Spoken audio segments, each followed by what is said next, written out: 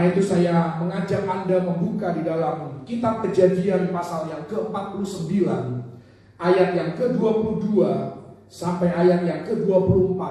Kita akan belajar dari seorang yang luar biasa, yang ditempatkan Tuhan di marketplace, menjadi orang yang berdampak positif, orang yang berpengaruh baik di tengah-tengah bangsa penyembah berhala. Kita akan melihat kehidupan Yusuf. Kejadian 49 ayat 22 sampai 24 adalah nubuatan bagi Yusuf. Dan sebagian nubuatan ini pada waktu diucapkan ini tentunya sudah terjadi. Ya, jadi yang namanya nubuatan di Alkitab itu terkadang ada merupakan digenapi di masa yang lalu. Ya, bisa juga ada penggenapannya di masa yang akan datang. Dan kita melihat kehidupan Yusuf, dan biar ini boleh menjadi nubuatan, perkataan firman bagi orang-orang percaya yang hidup di zaman ini. Demikian firman Tuhan. Yusuf adalah seperti pohon buah-buahan yang muda, pohon buah-buahan yang muda pada mata air. Dahan-dahannya naik mengatasi tembok. Artinya kehidupan Yusuf bukan hanya berpengaruh di gereja, bukan hanya di tengah umat yang percaya kepada Yehova God, tetapi pengaruhnya melampaui tembok gereja. Juga ada di marketplace, ada di tengah-tengah kehidupan bermasyarakat. Itulah yang Tuhan kehendaki bagi kita, orang-orang percaya. Walaupun pemanah-pemanah telah mengusiknya, memanahnya dan menyerbunya, namun panahnya tetap kokoh dan lengan tangannya tinggal liat oleh pertolongan yang maha kuat pelindung Yakub, oleh sebab gembalanya gunung batu Israel. Haleluya. Kualitas di dalam diri Yusuf membuatnya bukan saja mampu melewati semua yang dia alami, tetapi berhasil melaluinya dengan baik, dengan penuh kemenangan, ya, dengan sikap yang baik, dengan ketabahan yang patut diteladani. Dan saya mau katakan demikian juga dalam kehidupan Anda dan saya. Kualitas kehidupan kita, kedewasaan hidup kita diuji ketika hidup kita sedang mengalami masa-masa yang sukar. Kualitas kita muncul ketika kita sedang diuji. Saya mengambil ilustrasi teh celup. Kalau Anda suka minum teh, istri saya suka sekali minum teh. Kalau saya lebih suka minum kopi. Tetapi terkadang untuk menyenangkan istri tidak ada salahnya minum teh juga. Kalau kita lihat teh celup, kekuatan daripada kantong teh itu dibuktikan ketika kantong itu dicelupkan ke dalam air yang mendidih, air yang panas. Apakah ya kantong ini kuat atau kantong ini bisa jebol? Ya, bahkan kalau kantong tehnya kurang berkualitas, ketika dicelupkan ke air yang panas dan terlalu lama dia ada di dalam air yang panas, maka yang keluar bukan hanya teh, tetapi yang keluar juga racun.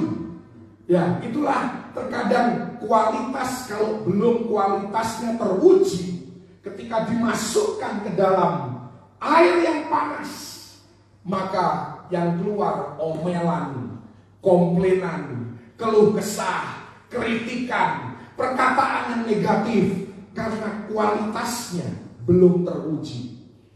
Kekuatan kita baru akan muncul ketika kita berada di dalam air panas kehidupan.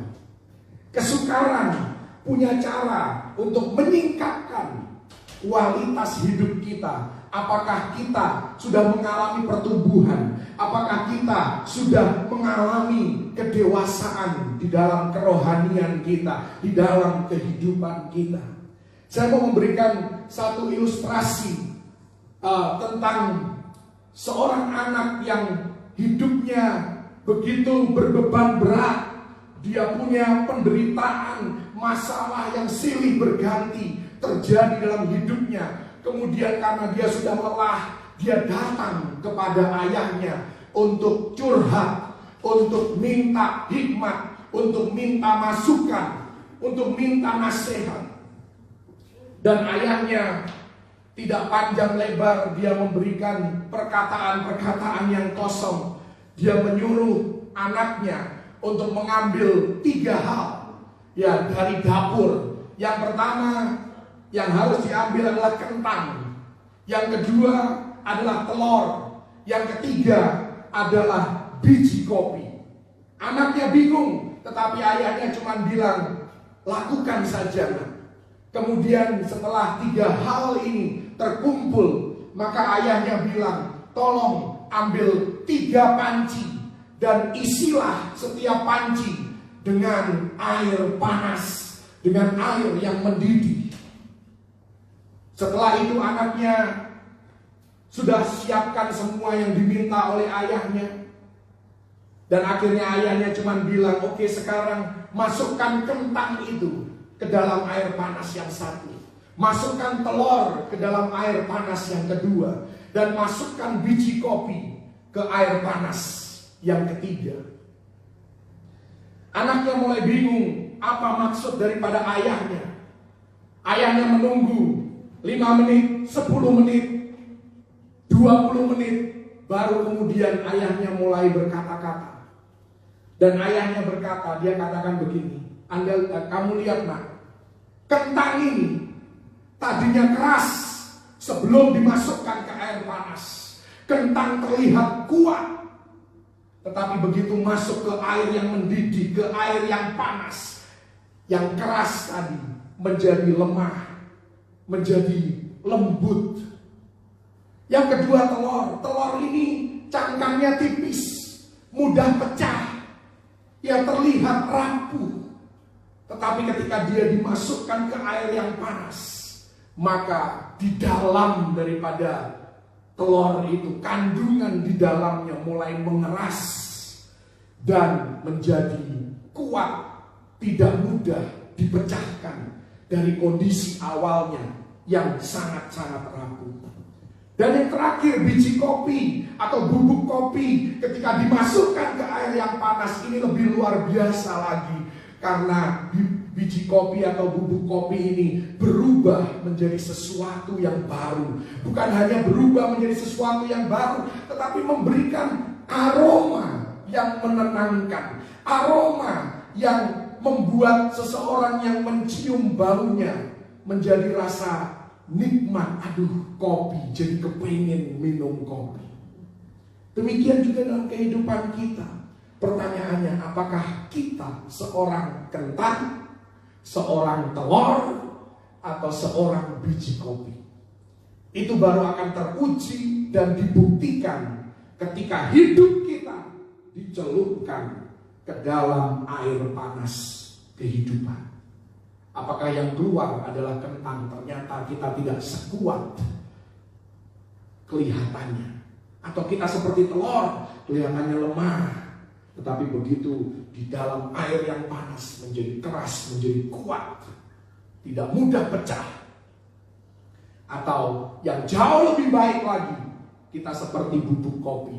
Ketika masuk di air yang panas, kita memberikan aroma yang memberkati, aroma yang menguatkan orang lain, aroma yang bisa menenangkan orang lain. Kita berubah menjadi ciptaan yang baru.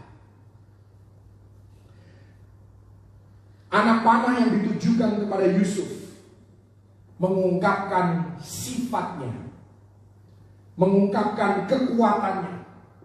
Dan Anda harus perhatikan bahwa anak panah dalam kehidupan Yusuf itu mulai berterbangan, mulai menyerang dia setelah Tuhan mendepositokan sesuatu yang sangat bernilai, sesuatu yang sangat berharga di dalam kehidupan Yusuf.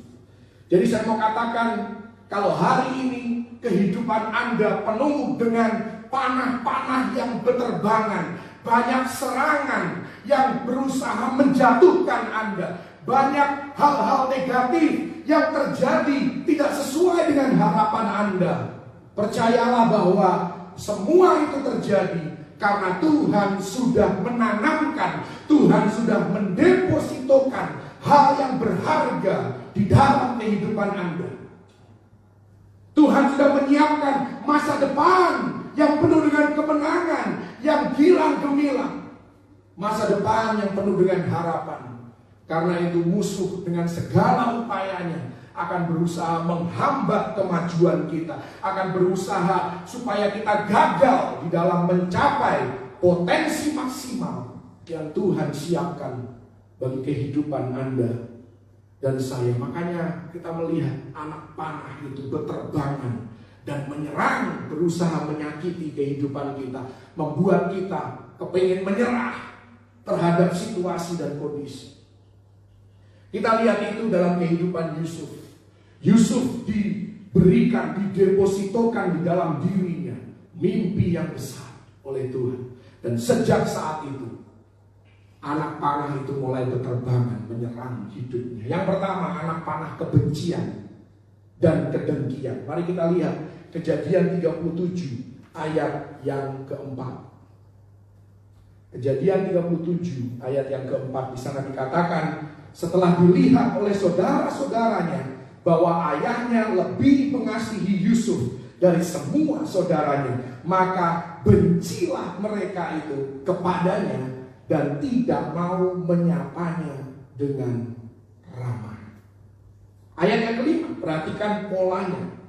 Pada suatu kali bermimpilah Yusuf, lalu mimpinya itu diceritakannya kepada saudara-saudaranya. Ini satu pelajaran bagi Anda dan saya yang diberikan mimpi besar oleh Tuhan. Jangan sembarangan membagikan mimpi yang besar itu. Kebanyakan orang hanya kepingin menjatuhkan Anda. Karena itu lebih baik Anda diam, lakukan dan ikuti prosesnya Tuhan sampai menghasilkan hal yang besar, sampai mimpi itu tercapai, baru Anda boleh membagikannya kepada semua orang. Tetapi ketika mimpi itu masih berbentuk benih, istilahnya jangan terlalu buru-buru gembar-gembor. Ya, jangan terlalu buru-buru untuk berbangga, oh Tuhan kasih aku mimpi yang besar. Ya, kalau ada satu kesalahan yang kita bisa tekankan dalam kehidupan Yusuf, ini kesalahan Yusuf. Terlalu cepat membagikan visi dan mimpi yang besar sehingga dia mengalami dibenci.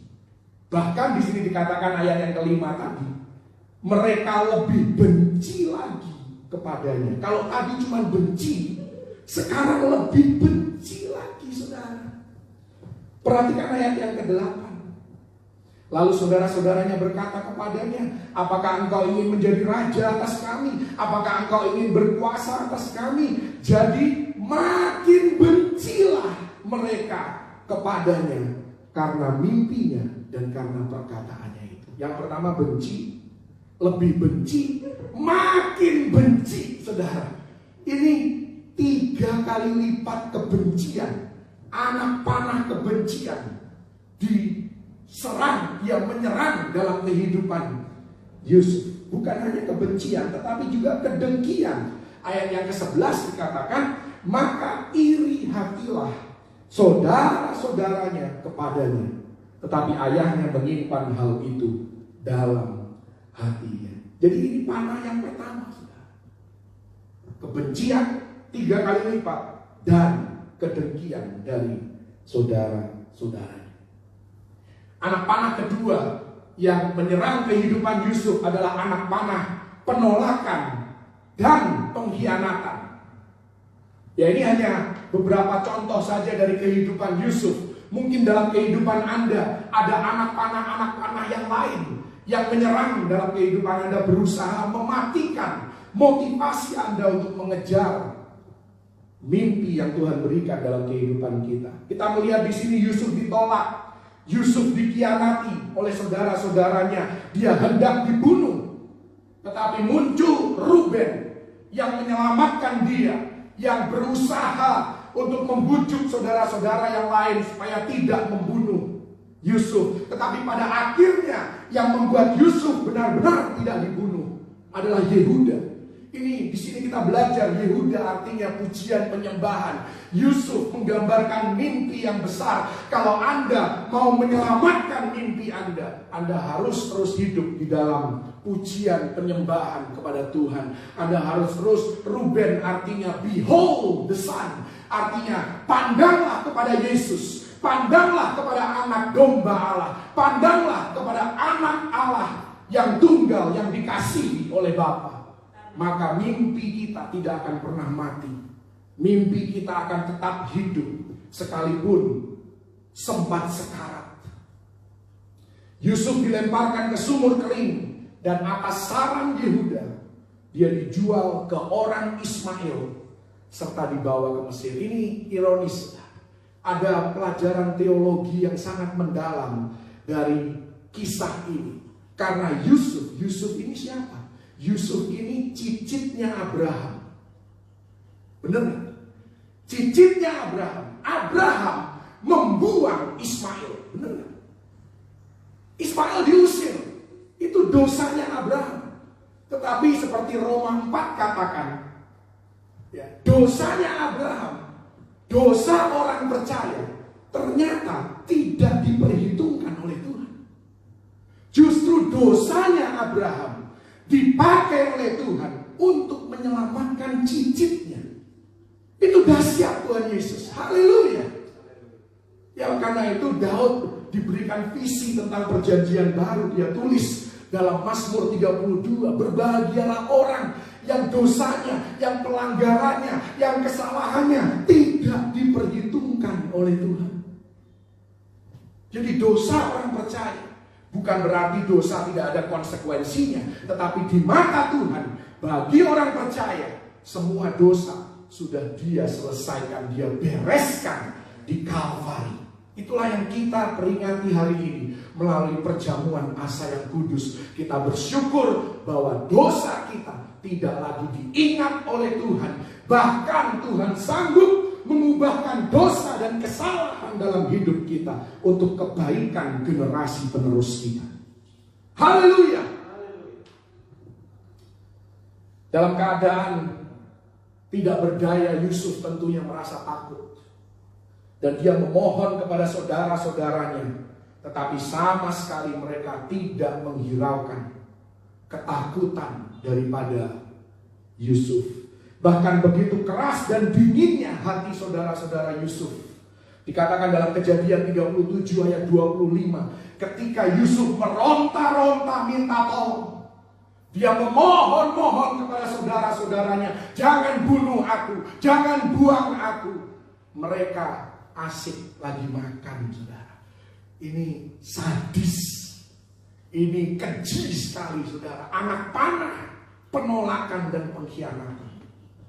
Bagi Anda yang pernah dikhianati, Anda yang pernah ditolak, Anda tahu betapa menyakitkan anak panah itu. Anak panah ketiga yang menyerang kehidupan Yusuf adalah anak panah cobaan. Kita tahu Yusuf dicobai dalam hal seksualitas oleh istri Potifar. Dalam kehidupan kita, berkarir, berbisnis, ada banyak cobaan di luar sana. Di dunia marketplace ada banyak temptation, ada banyak ujian dan cobaan yang berusaha untuk menjatuhkan kita, seolah-olah menawarkan sesuatu yang baik, sesuatu yang nikmat, tetapi kemudian pada akhirnya menjatuhkan kita. Apakah itu harta, apakah itu tahta, apakah itu wanita. Ya, bukan hanya wanita, bagi seorang wanita tentunya pria juga bisa menjadi cobaan di dalam hidupnya. Karena zaman sekarang ini bukan hanya pria yang selingkuh, tetapi wanita juga bisa selingkuh. Jadi ini yang namanya anak panah cobaan. Kita harus hati-hati, saudara. Berapa banyak harta mengubahkan sifat seseorang, tahta mengubahkan karakter seseorang. Anak panah yang keempat dalam kehidupan Yusuf adalah tuduhan yang tidak benar. Ini karena Yusuf menolak cobaan seksual tadi. Dan pada akhirnya tuduhan yang tidak benar ini membuat Yusuf dijebloskan ke penjara. Dan kalau Anda pikir Yusuf dalam keadaan nyaman di penjara, dikatakan di dalam Mazmur 105 ayat 18 bahwa tangan kaki Yusuf itu dibelenggu dan dirantai. Jadi Yusuf dalam keadaan yang tidak nyaman sama sekali.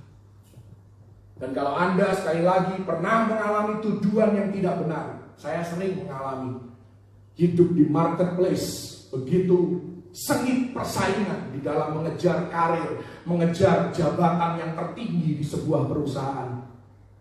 Tidak sedikit orang-orang yang menghalalkan segala cara, menjatuhkan orang-orang yang adalah saingan mereka dengan tuduhan-tuduhan yang tidak benar.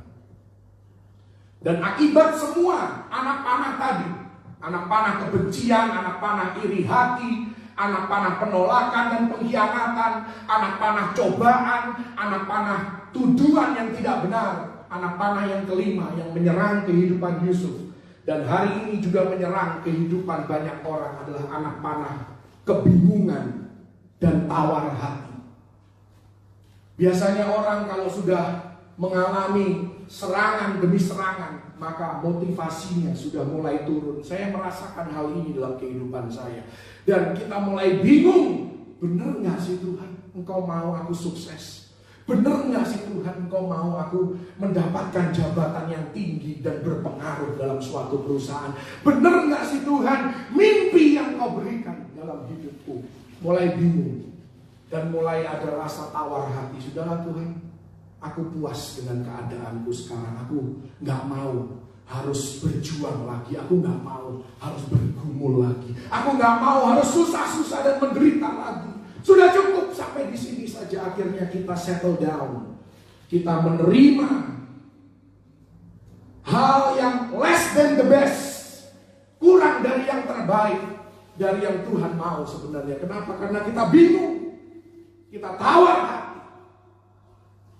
Dan ini juga menjadi kesaksian pribadi dalam kehidupan saya. Seringkali sepertinya sudah hampir ketemunya tembok lagi. Sudah hampir ketemunya orang yang nyebelin lagi. Iya kan? Aduh Tuhan, kapan? Kapan terobosan itu akan terjadi? Dan mulai bingung, mulai galau, mulai ya sudahlah Tuhan, terserah deh. Gitu kan? Dan semua ini karena konsekuensi dari apa yang terjadi, yang merupakan kumulatif, kumpulan anak panah yang menyerang di dalam kehidupan kita. Tapi yang kita mau belajar, saya mau berikan secara cepat 3 hal yang Yusuf lakukan supaya panahnya tetap kokoh. Tadi dikatakan dalam Kejadian 49, panahnya Yusuf tetap kokoh dan tangannya tetap liat, tetap strong, tetap teguh di dalam pengiringannya akan Tuhan, di dalam mengejar mimpinya yang dia tahu berasal dari Tuhan sendiri. Bagaimana Yusuf melewati semua anak panah yang dipanahkan kepadanya dan bangkit melampaui berbagai kesukaran untuk menjadi sumber kekuatan, kelepasan bagi orang lain. Tuhan mau kita bukan kentang, bukan telur. Tuhan mau kita jadi bubuk kopi atau biji kopi itu. Ketika dimasukkan ke dalam air panas kehidupan, kita mengeluarkan aroma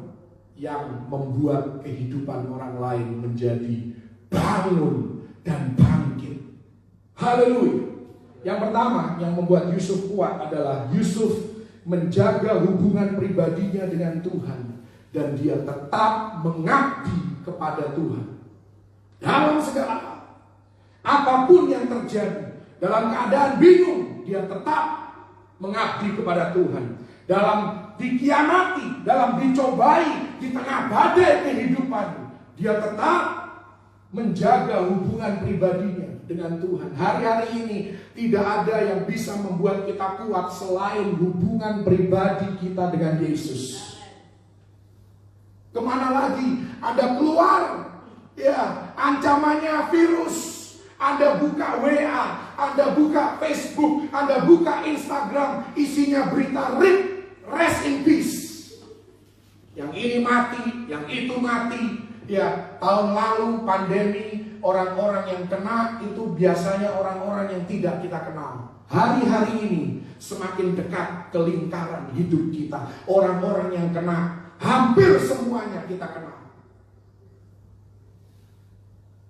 Hanya hubungan kita dengan Yesus yang bisa menyelamatkan kita. Hanya Yesus yang bisa melindungi kita. Sehebat-hebatnya kita menjaga prokes, hanya Yesus yang bisa memberikan perlindungan yang terjamin dalam hidup kita. Haleluya. Yusuf tidak pernah kompromi. Yusuf tidak pernah mundur dari pengabdiannya kepada Tuhan. Dia tidak melayani Tuhan asal-asalan. Oh, saat dia mau saja baru dia mau melayani Tuhan. No, dia lakukan dalam segala keadaan. Melewati setiap musim, melewati setiap tahapan dan proses dalam hidupnya. Di rumah Potifar, Yusuf tidak mau berbicara tentang Tuhan. Di penjara, dia juga tidak malu berbicara tentang Yehova yang dia sembah. Di hadapan Fir'aun, bahkan sampai menjelang kematiannya, dia tetap berbicara tentang Tuhan yang dia sembah, yang pengabdiannya hanya kepada dia. Tahukah Anda, Yusuf tidak pernah sekalipun menyembah dewa Mesir. Tidak pernah. Bahkan ketika dia kebingungan, dia tidak mengerti kenapa semua ini terjadi dalam hidupku. Bukankah Tuhan memberikan mimpi yang besar? Kenapa semua penderitaan ini aku alami? Tapi tidak sekalipun Yusuf pernah berpaling kepada Allah Mesir. Tidak pernah. Yusuf tetap setia kepada Tuhan. Dan yang mengagetkan, yang membuat terpukau adalah Yusuf usianya baru 17 tahun ketika dia dijual menjadi budak. Saya mau bicara kepada anak-anak muda zaman now. Siapa bilang orang muda zaman sekarang tidak bisa memiliki komitmen yang kuat untuk mengikuti Yesus Kristus? Contohnya Yusuf. Yusuf melayani Tuhan dengan setia selama 15 tahun di Mesir. Ini bangsa penyembah berhala. Sebelum dia dipertemukan kembali dengan keluarganya, 15 tahun dia melayani Tuhan. Dan dia satu-satunya orang yang melayani Tuhan yang dia sembah di Mesir. Tuhan yang benar, hanya dia. Yang lainnya menyembah berhala. Tidak ada satupun orang percaya kalau hari ini Yusuf itu hidup di tengah-tengah komunitas yang tidak ada satupun yang Kristen, tidak ada satupun yang ke gereja, tidak ada satupun yang melayani Yesus. Tetapi dia tetap mengabdi kepada Tuhannya di tengah bangsa penyembah berhala. Dan jangan bilang tidak ada alasan bagi anak muda zaman sekarang. Oh, semua teman-temanku melakukan hal yang sama. Oh, kamu bisa menjadi berbeda kok. Ya kan? Anak Yesus berbeda dengan dunia. Haleluya. Jadi tetap pertahankan hubungan pribadi kita dengan Tuhan. Tetap mengabdi kepada Yesus seumur hidup kita. Apapun yang terjadi, sesulit dan sesukar apapun hidup kita, saya mau katakan bersama dengan Yesus itu selalu lebih baik daripada bersama dengan yang lain. Haleluya.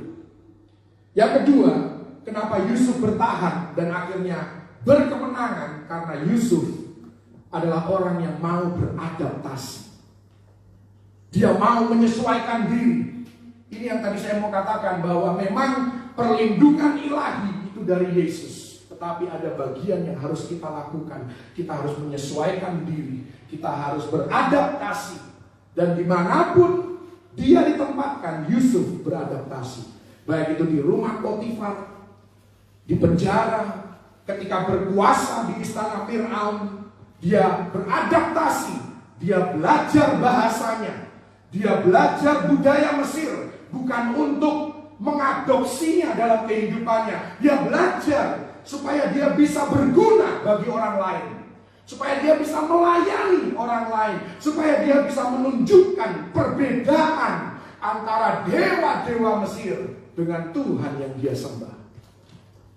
Yusuf tidak beradaptasi hanya supaya dia bisa melewati masa kesukaran. Ada orang-orang yang beradaptasi tetapi sebenarnya tujuannya untuk melayani keegoisannya, untuk melayani kedagingannya. Ada orang yang berusaha beradaptasi dengan budaya sebuah perusahaan hanya untuk menjatuhkan para saingannya. Itu artinya Anda beradaptasi untuk melayani diri Anda sendiri. Anda tidak beradaptasi supaya berguna bagi orang lain. Yang penting adalah Anda harus bisa beradaptasi untuk menjadi berguna bagi orang lain demi kemuliaan nama Tuhan. Yusuf beradaptasi. Dia tetap melayani Potifar. Dia melayani kepala penjara.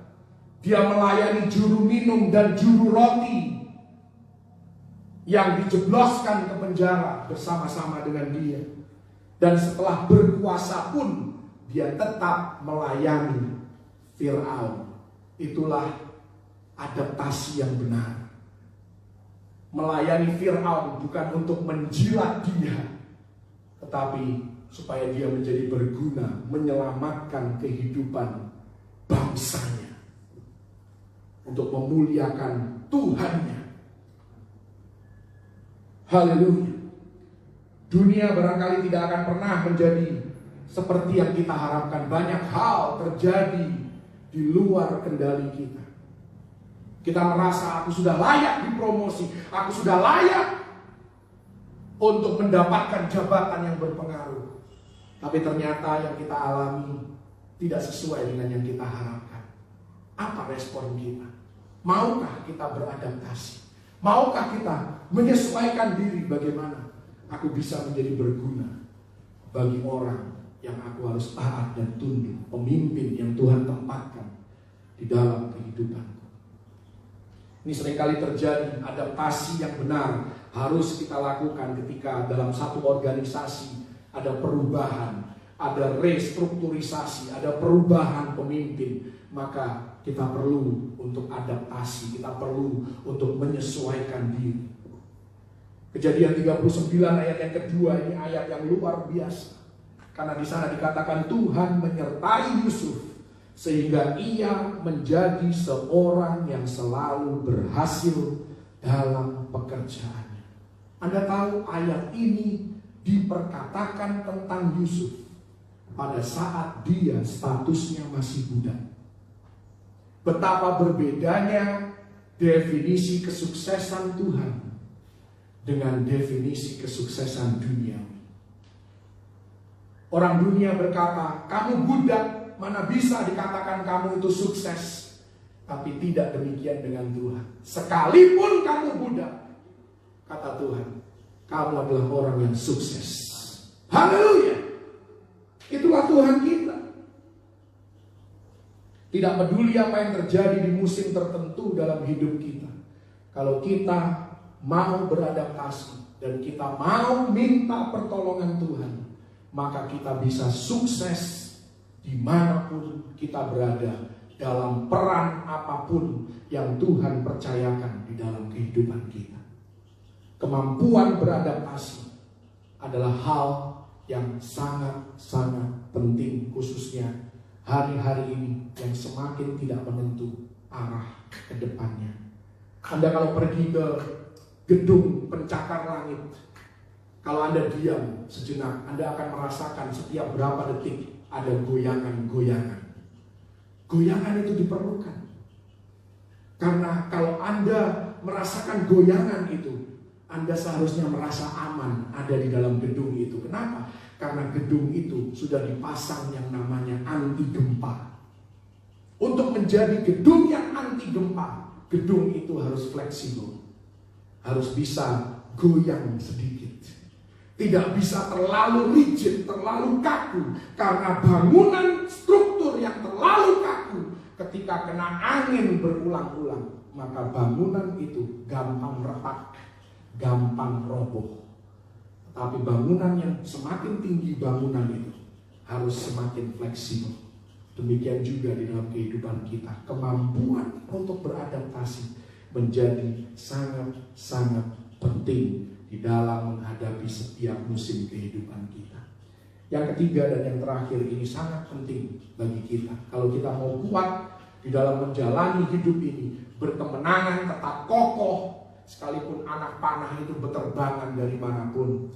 Yusuf punya gambaran besar.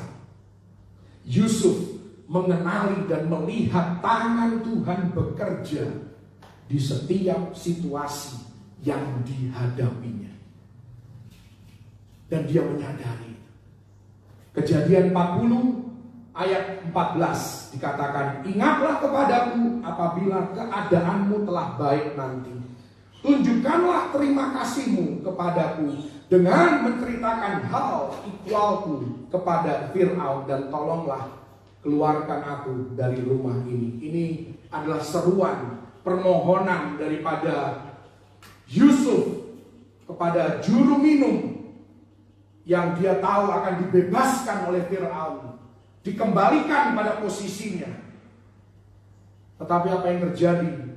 Ayat 23, Yusuf tidaklah diingat oleh kepala juru minuman itu, melainkan dilupakannya.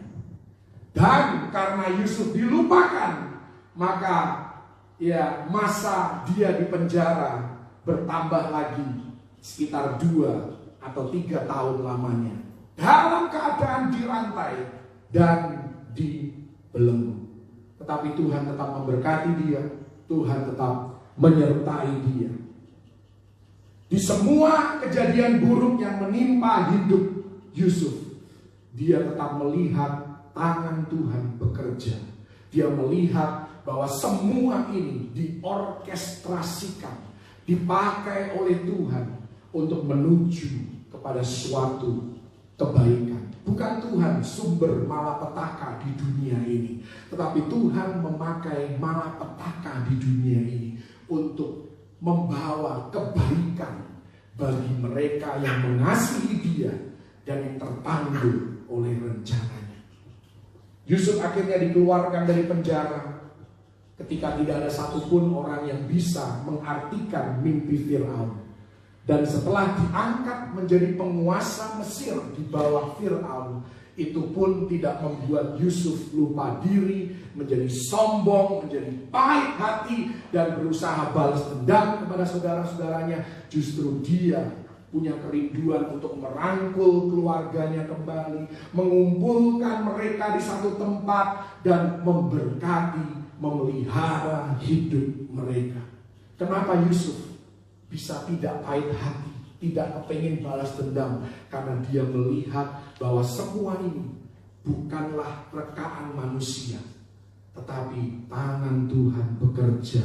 Tuhan yang terlibat di dalam semua hal, mengorkestrasikan berbagai hal yang tidak baik ini untuk mendatangkan berkat, membawa kebaikan di dalam kehidupan Yusuf. Ini yang harus kita sadari sebagai orang percaya. Apapun yang kita alami, mungkin doa kita tidak dijawab oleh Tuhan, seolah-olah tidak dijawab oleh Tuhan seperti harapan kita, percayalah tangan Tuhan tetap terlibat untuk mendatangkan kebaikan.